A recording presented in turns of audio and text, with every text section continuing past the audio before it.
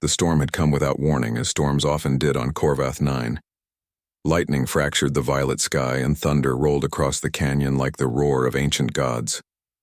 In the research outpost perched on the cliff's edge, Mira stood at the observation window, watching the electrical dance with quiet fascination. Behind her, something whimpered. She turned slowly, careful not to make sudden movements.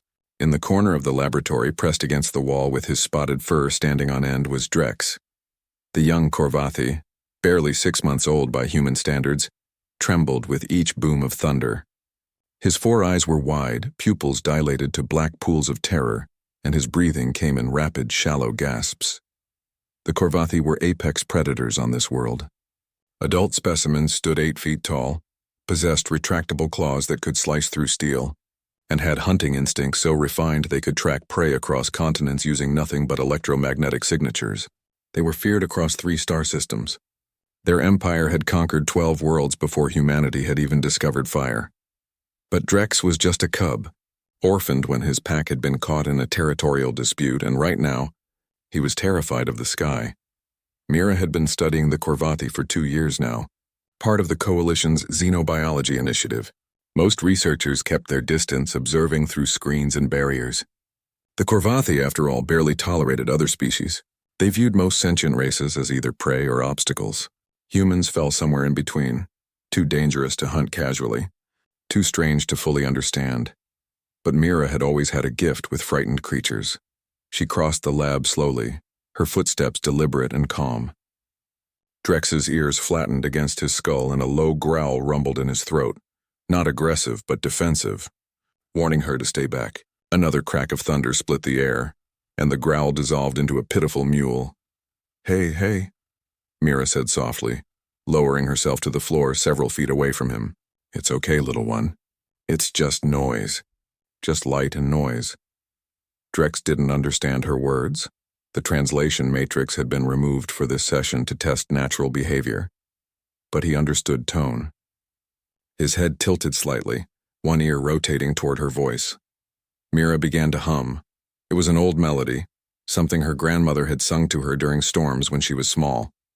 A simple tune rising and falling like gentle waves. She didn't know the words anymore, if there had ever been words, but the melody remained etched in her memory, like a comfort carved into bone.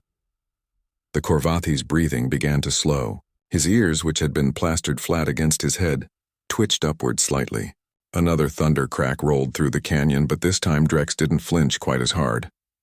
His 4 eyes fixed on Mira, watching her with an intensity that would have been predatory in an adult but was purely curious in a cub. She kept humming, letting the melody fill the spaces between thunder. Her voice wasn't particularly beautiful. She'd never claimed to be a singer, but it was steady, constant, a rhythm that promised safety in the chaos. Slowly, Drex's muscles began to uncoil. He took a tentative step toward her, then another. Mira didn't move, didn't reach out, didn't do anything that might be perceived as threatening or demanding. She simply sat, humming her grandmother's song, and let the predator cub make his own choice.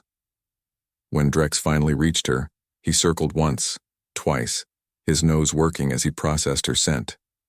Then, with a huffing sigh that sounded almost like resignation, he settled down beside her foot. Not quite touching, but close enough that she could feel the heat radiating from his fur. Mira continued humming, her hand hovering for just a moment before she gently placed it on Drex's head. He tensed but didn't pull away.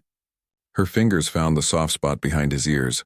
All mammals had one, apparently, even alien apex predators, and began to scratch lightly. The transformation was remarkable. The trembling stopped entirely. Drex's breathing deepened into the steady rhythm of contentment.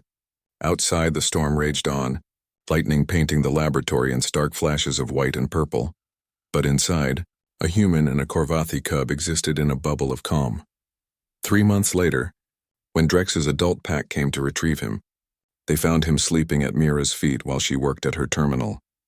The pack leader, a scarred veteran named Thrax, had stared at the scene for a long moment. His tail lashing in what Mira had learned was confusion mixed with grudging respect. "Your kind is strange," Thrax had said through the translator, his voice like gravel sliding down a mountain. "We hunt alone. We fear nothing. Yet our young one sleeps at your feet like you are pack. Mira had looked down at Drex, who was now nearly full-grown, but still insisted on staying close during storms. Maybe, she said carefully, strength isn't just about what you can kill or conquer. Maybe it's also about knowing when to offer comfort instead of claws. Thrax had made a sound that might have been laughter, or might have been a growl. Perhaps. Or perhaps you humans are simply too foolish to know when you should run from predators. Perhaps, Mira agreed with a slight smile. But your predator is snoring on my foot, so I'm not sure your argument holds up. When Drex finally returned to his pack, he looked back at Mira one last time. She hummed the melody, just loud enough for his sharp ears to catch, and watched him bound into the wilderness with his kin. Years later, when the coalition needed to establish diplomatic relations with the Corvathi Empire, they asked Mira to lead the delegation. The Corvathi were notoriously difficult to negotiate with, proud, territorial, and dismissive of what they called lesser species. But when Mira walked into the council chamber, Drex was there. Now a full warrior, scarred from battles she could only imagine, he recognized her immediately, and before any of the shocked diplomats could react, the fearsome predator crossed the room and pressed his head against her hand, the way he had during those storms so long ago. This human, Drex announced to the assembly, his voice carrying the weight of authority, understood fear and offered comfort when she could have offered nothing. That is a strength we do not possess. Perhaps it is time we listened to what else humans might teach us.